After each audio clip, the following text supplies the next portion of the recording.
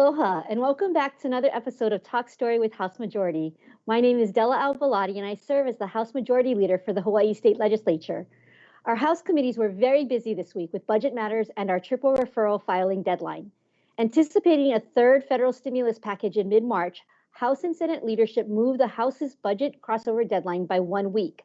This gave the House's industrious and hardworking Finance Committee 4 days from March 12th, when President Joseph Biden signed the American Rescue Plan, or ARPA, into law, until March 15th, this past Wednesday, to hammer out final details for the House's version of the state budget.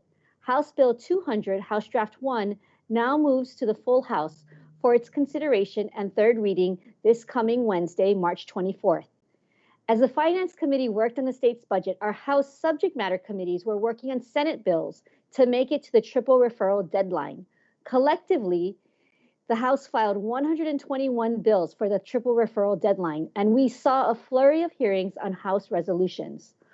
All of this was happening at the state capitol, while across our island state, communities were getting drenched with heavy rains, flooding, and wind. So it comes as no surprise then that the theme of this week's episode is Hawaii's water, land, and natural resources. Suzanne Case, Chair of the Department of Land and Natural Resources, will be joining us a little later in the program. Right now, we have Representative David Tarnas, newly appointed Chair of the House Committee on Water and Land, with us. Chair Tarnas is serving in his 7th year in office, comes from the 7th House District, and represents the North Kona and the Kohala communities on the Hawaii Island. Welcome to the show, Chair Tarnas. How are you doing today? Thank you. I'm a happy guy, and I'm very grateful to be here at the legislature. We are so grateful to have you here. I learned so much from you, so thank you for serving. Before jumping into your specific duties as chair of the House Water and Land Committee, can we take on the hot topic of Mauna Kea and the House's proposed working group? Certainly. I'll throw it to you. Why is this an important issue? It's an important issue because it's the district that I represent. I represent the people who are key stakeholders that are keenly interested in Mauna Kea. Native Hawaiians, practitioners, scientists, astronomers, geologists, hunters, hikers, and we really need to figure out how to work together to manage Mauna Kea for a sustainable future, including astronomy, but also including the Native Hawaiian cultural practices and cultural sites. And so the resolution is really to follow up on speakers' comments that expressed skepticism about what's the best governance structure for Mauna Kea. So the working group is to involve representatives of Native Hawaiian groups from around the state, but hopefully mostly from Hawaii Island, who can help us look at the different governance structures and make a recommendation to the land board and to the legislature as to the best governance structure for moving forward to the future, for a sustainable future for Mauna Kea. So we really want to be part of the solution and bring the voice of the Hawaiian community to this whole discussion. So the House passed Resolution 33, has begun to put together the working group. Is going to begin engaging in the process. What would you encourage the public to do now?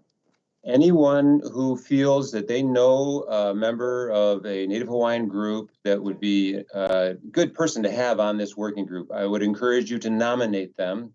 And there's a form on the website. Just go to the legislative website to find it.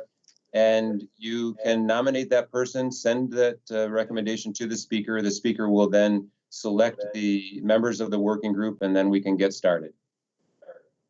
I think that's absolutely right on point. We want to encourage folks who want to be part of the process to nominate their person or nominate themselves to the process. So thank you for taking on that very difficult topic, and I know it's very important to you and your communities.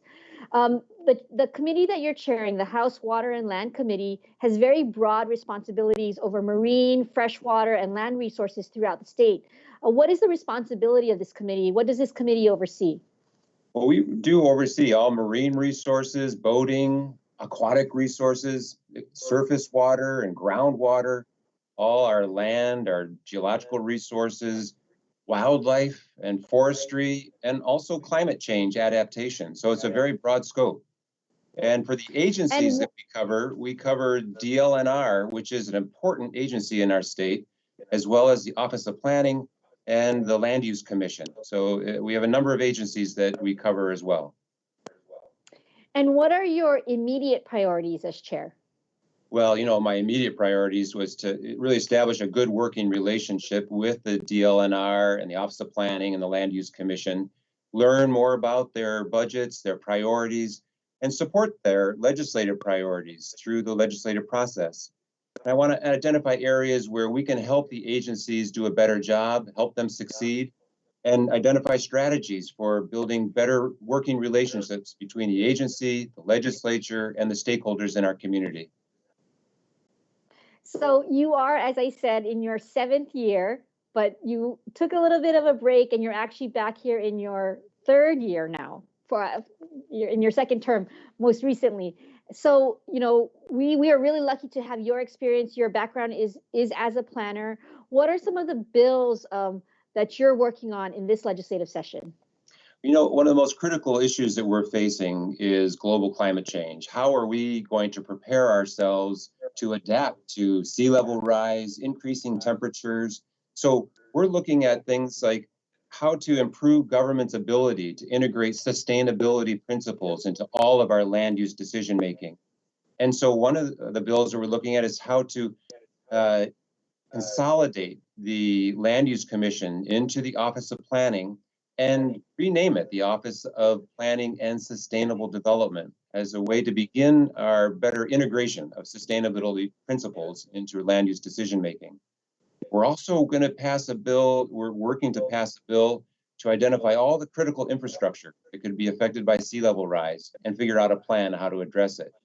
We're also including in there an important priority, which is if there's any realtors selling land, that they need to disclose to the buyers that their parcel is in an area that might be affected by flooding and sea level rise, so they can make that decision about purchasing it fully informed about its potential impact to sea level rise. But we're also covering so many other issues.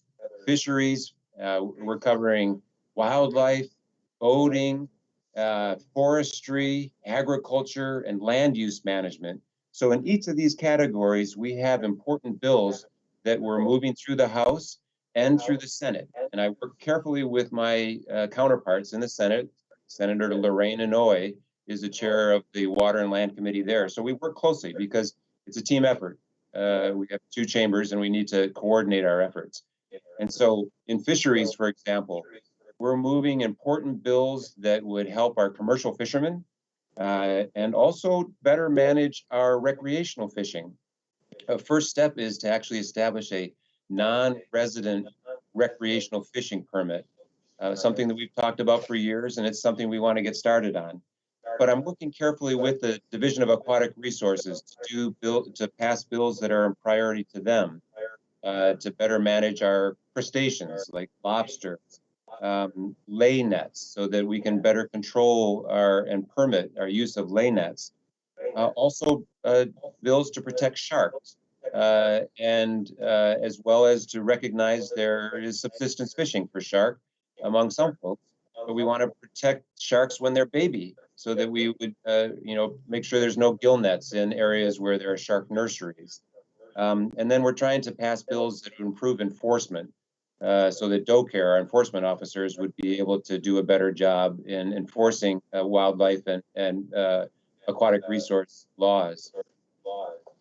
We're doing some really important legislation in wildlife as well. We've got a bill that we're moving through on habitat conservation plans. So, when you have a wind farm and they have protect from birds and bats getting injured, we've got a bill that's going to actually improve their ability to do that by having a service agreement with a facility that can provide emergency management, emergency medical care for any injured bird or bat. We're actually now passing legislation that'll help the state by allowing it to sign in with the Interstate Wildlife Violator Compact, which is a very important interstate agreement. In boating, we're doing some important measures to authorize the state to remove abandoned vessels more easily and be more responsible for that. And we're passing legislation that will allow the state to establish mooring fees more fairly and more transparently by the use of appraisals, which I think is a very important one. In forestry, I want to mention we're passing important legislation to improve our forest stewardship program, and that'll be very helpful. In agriculture, we're working on legislation that should help with the transfer of land from DLNR to Department of Agriculture for pasture leases, while recognizing some land does need to stay in DLNR for forestry and reforestry purposes. But we're also taking steps to protect agricultural land so that it doesn't just turn into a bunch of fancy homes through CPR. And so we're making sure that if land is in agriculture, that we do our best to keep it in production ag. And finally, housing. I'm working closely with the housing chair in the House to make sure that we are managing our land properly so that we can get more land into affordable housing. Working with our HHFDC to make sure that we get the land to them and provide them with long-term agreements so that we can keep it in affordable housing. But a key part of affordable housing is paying for infrastructure. So I'm working carefully to make sure that we can finance that critical infrastructure in transient-oriented development areas. And we're working on Maui, for example, to establish the Hulehunui Community Development Authority, a real important innovative project that we think we can then replicate statewide to help finance this infrastructure to help build affordable housing throughout the state. It's such an important priority. I'm doing my part to help with that. So that's a brief summary of what we're doing in our committee, and I appreciate the opportunity to serve as chair. I'm just exhausted at that long list of things that you just said, but I know that this committee is in good hands with you. Thank you for sharing your knowledge and the work that you've been doing in your committee.